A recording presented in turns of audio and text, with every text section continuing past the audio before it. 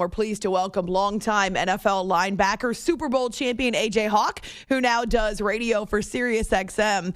It's yet another incredible display by Lamar on Thursday Night Football, A.J. This Ravens offense is now averaging better than 200 rushing yards per game, but he can also pass the ball.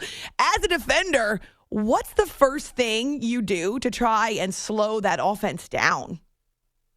Well, I think like the problems that a guy like Lamar presents are so tough. Like to begin with, you start to think about game planning against them, and it's like, where do we start? Obviously, you got to play almost perfect on defense. It's like gap sound, like the old boring cliche stuff. Like to try to stop him, everyone has to know exactly what their assignments are in every single play. Like, all right, if he gives it to the dive here, we make sure like your gap's here, and then you got to know when he keeps it, not only who is responsible for the quarterback, but when you're playing a guy like Lamar, you need to have more than one guy responsible for him. I mean, you can't say, okay, hey, you're the dive. This guy, this linebacker, you bite down the dive. This outside backer, he's a quarterback guy. Like, you can't really do that against Lamar, especially when he's running, just because he's so dynamic and makes so many people miss. And let alone now you got to add into the fact, like, okay, this guy is also a very accurate passer now, and he's really grown as a passer, I think. So it definitely presents a ton of different obstacles. You just got to find a way to try to slow him down early and try to confuse him a little bit, maybe throw some run blitzes at him early and get him kind of off his game, but he's able to improvise so well. It's a tall task right now, and not a whole lot of people are having success against him. You'll hear offenses talk about taking what the defense gives them. In the case of Lamar Jackson and the Ravens, and you mentioned his ability to throw being more improved this year. We know what he can do with the ball in his hands on the ground. What are you giving him? What are you trying to make him do in a football game? Yeah, I mean, with him, I would say if you had to pick away, I would make him beat us passing. I would say let's make him prove to us that he can pick us apart through the air for 4 quarters. You're just hoping with any quarterback, really.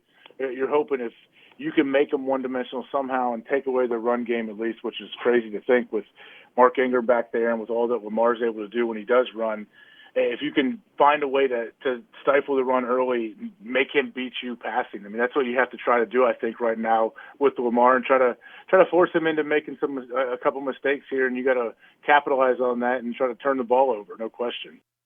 We had the chance to see Baltimore and San Francisco go down to the wire a couple of weeks ago. Really entertaining. I have no idea if it's going to be a Super Bowl preview like a lot of people are saying, but what impresses you about the San Francisco 49ers defense this year, AJ? I mean, just at every level. They seem to kind of have everything covered. It's really impressive. Obviously, Nick Bosa's come in and had an impact from day one. Teams have to game plan around him, but everyone around him is really good, too. I know they have a bunch of first-round picks in the D-line, and those guys are playing really well, and I love their scheme, too. It's fun to watch. Like, they seem like they're having a great time out there. They really do. And I think most people probably couldn't name a whole lot of players on that Niners defense, but I think for whatever reason, they're flying under the radar, and they have really, really good players at all 3 levels on the defense. Well, first place in the NFC West, they won't be flying under the radar much longer. Longtime NFL linebacker A.J. Hawk with us here after hours on CBS Sports Radio. One of your former teams, the Green Bay Packers, is also a division leader right now on top of the North. A great first campaign under Matt LaFleur. What stands out to you about the way this team has played with its first new head coach in a long time?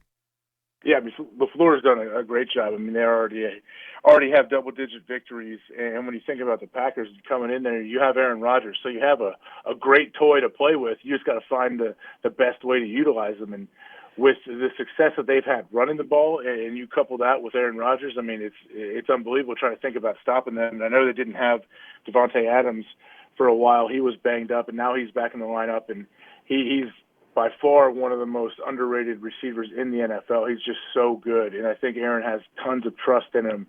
But you mentioned their defense. Their defense is fun to watch. I was actually at their last game this past weekend against Washington. It was a lot closer than they would have liked it to be, no question. But their defense stood up and played well and gave up 15 points. And you have the Smith brothers on the outside that obviously aren't related, but those guys just wreak havoc. And I think, especially with Zadarius Smith, when you talk to anybody affiliated with the team, they're so impressed by not only what he does on the field, but the kind of leader. He stepped in from day one and has become a leader of that team and that defense and has an infectious attitude, I think, that trickles down throughout the whole team. And their defense does a heck of a job of taking the ball away. And when they can get a couple turnovers, you can give a couple extra possessions to Aaron Rodgers. I mean, the chances of you winning just skyrocketed. I think they've done that, especially in the games that they've won and their defense plays well. They're always finding a way to affect the quarterback and get turnovers.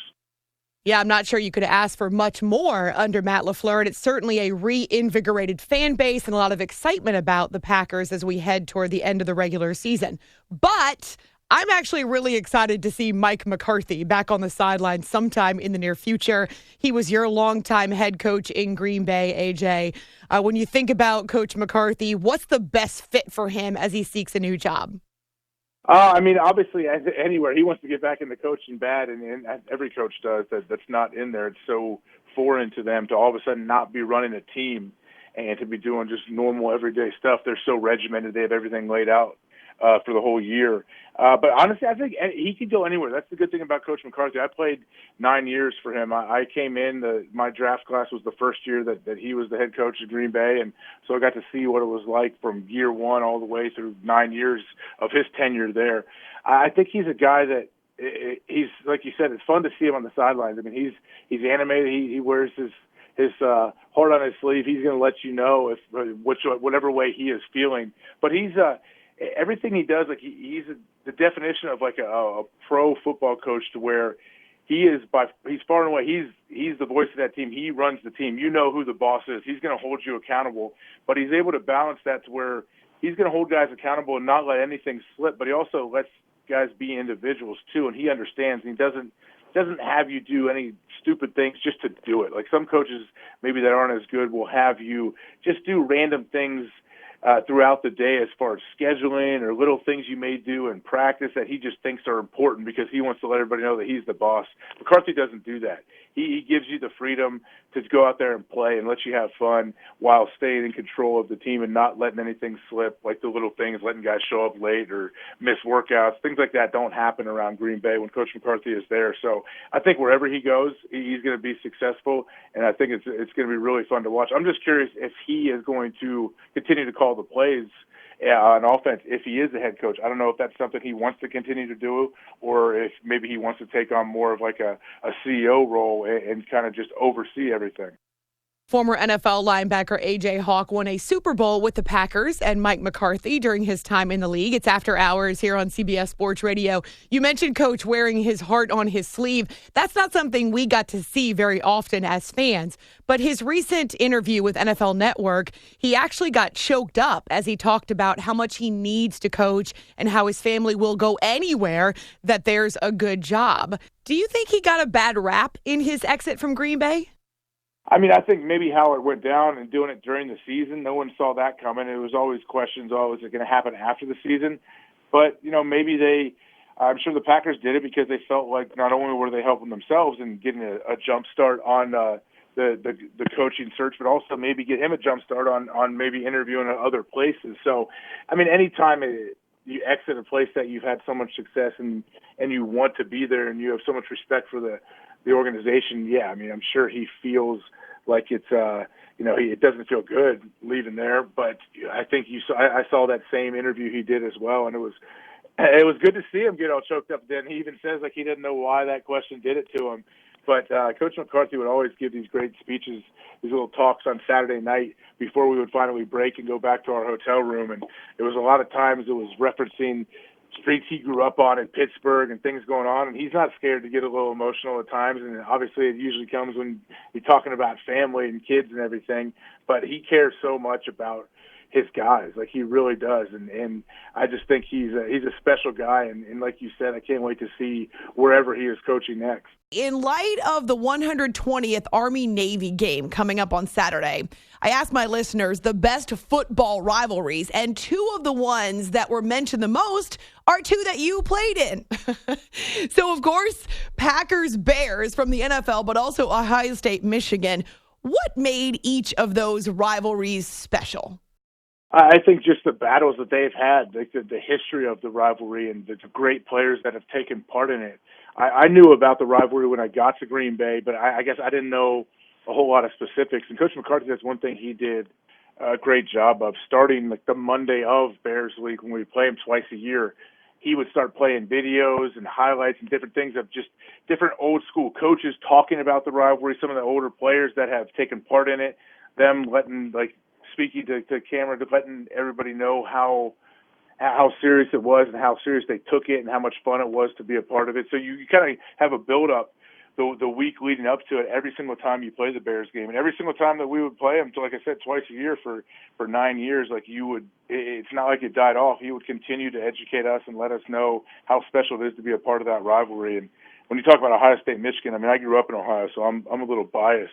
I grew up about an hour and 15 minutes down the road, so I've known about it for a long time. But once I got there and I got to see what it was really like, and it's very similar, honestly, to the Bears-Packers rivalry, where you have like Michigan Week, and every day there's different things that my coach at the time, Coach Jim Tressel, was doing to just make us aware of what this game means to so many different people. And then when you get to play in it, you can just feel it. You just feel the difference.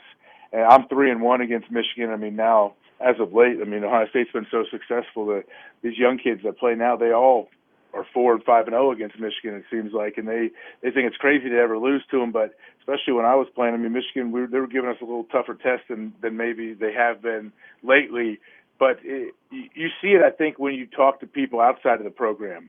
And I've heard Jim Tressel mention this before too. Like whenever he's at a speaking gig or something, especially if it's around Ohio, a lot of times in the bio, they're going to mention his record against Michigan. And I know Urban Meyer has said the same thing. I mean, Urban Meyer doesn't say Michigan. You know, he calls them that team up north. He won't let anyone call them by their name.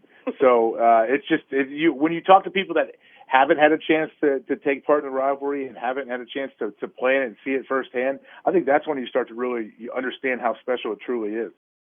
Special is certainly one way to describe Ohio State's Chase Young, who's a Heisman finalist and was honored with the Bednarik Award as the Defensive Player of the Year. How do you describe this guy? What stands out about Chase, AJ? Oh, gosh, everything. That guy is a freak. I mean, I always think about, like, okay, if let's say there's aliens out there and they come down to Earth and you have me stand next to Chase Young. And they're like, no, you guys, like, you're not the same kind of human that this guy is. You're a different thing. Like, it's just, he's such a physical freak. And then you couple that with how the football instincts he has and the work that he puts in from everyone I talked to at the program in Ohio State. They've been high on him since he walked on campus. And I know I saw him standing at training camp practice his freshman year, and I don't really keep up too much on recruiting, so I didn't know a whole lot about him. But I remember looking at him like, who is that guy? And they told me it was Chase Young, and I instantly thought of Julius Peppers. I played with Julius in Green Bay for a year, and Julius is such an amazing player and a physical specimen like Chase. I thought it was like, oh, this is like Julius's little brother out here. And I think now we're getting to see, like, offenses have to completely game plan around him, double, triple team him, and when you have a lot of other great players around you like Chase does and at Ohio State, I mean, that's why Ohio State is undefeated at the moment. Undefeated and number 2 in the final college football playoff standings. A.J. Hawk, an Ohio State alum, a longtime NFL linebacker, Super Bowl champ, with us here after hours on CBS Sports Radio. I want to ask you this question about a recent conversation you did with former NFL head of officials Dean Blandino. You had him on your podcast, and officiating is so scrutinized these days at every level, but because of the profile of the NFL, it seems like every little thing gets shoved under a microscope for fans and analysts and teams to talk about. What is one thing you learned from Dean that you didn't already know from your playing days? Oh, man. I mean, the rules even changed a lot from my time in the league. I came in 2006 from when I was out in around 2015, I guess. It definitely changed on how, like, the targeting, like the area where you could hit quarterbacks, the area where you could hit anyone.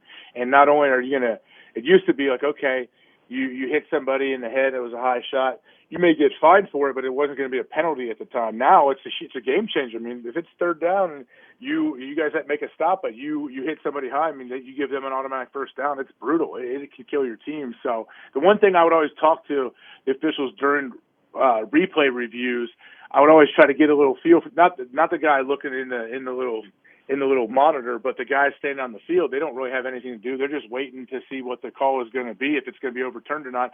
They always, like, every one of them, I'd be like, "What do you think?" Like, and they'd say, "I don't know." And I'd be like, "Well, come on, like, what do you think happened?" They say, "No matter what, like, we just want to get it right. Like, if they called it wrong first and it gets overturned, they all seem to be fine with that. They just want to get the call right no matter what." And I respected that about them. And it seemed like every official I would talk to, they all kind of had that same mentality, and they want to be as perfect as you possibly can. But we know there's human beings, there's too many moving parts out there, and it's going too fast. So everything's not going to be perfect. But you know what? They're doing whatever they can, I guess, to try to make it perfect, even though now they find a way. Sometimes when you do too much, you start to mess things up. And right now, I think there's so many subjective calls that you can replay, and it just, I don't know. It'll all find a way to kind of figure itself out, but I think we're going through some growing pains right now when it comes to officiating.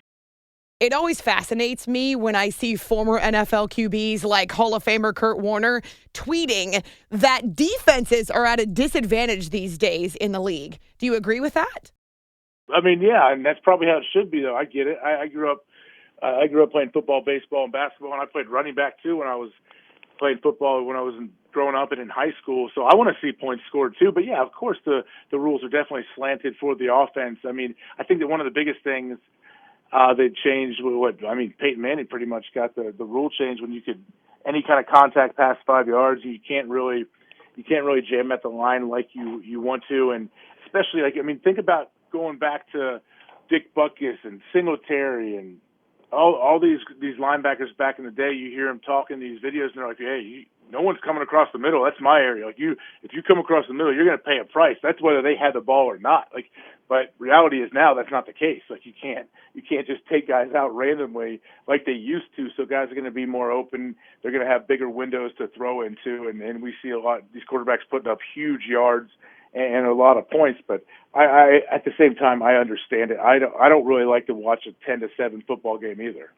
It's kind of funny coming from a former NFL linebacker, but yes, the entertainment value, not quite as high, 10-7. You can find him on Twitter at official AJ Hawk, won a Super Bowl with the Green Bay Packers, and now has a show on SiriusXM, plus his own podcast. Happy holidays to you, AJ. You're welcome on the show anytime. Thanks so much.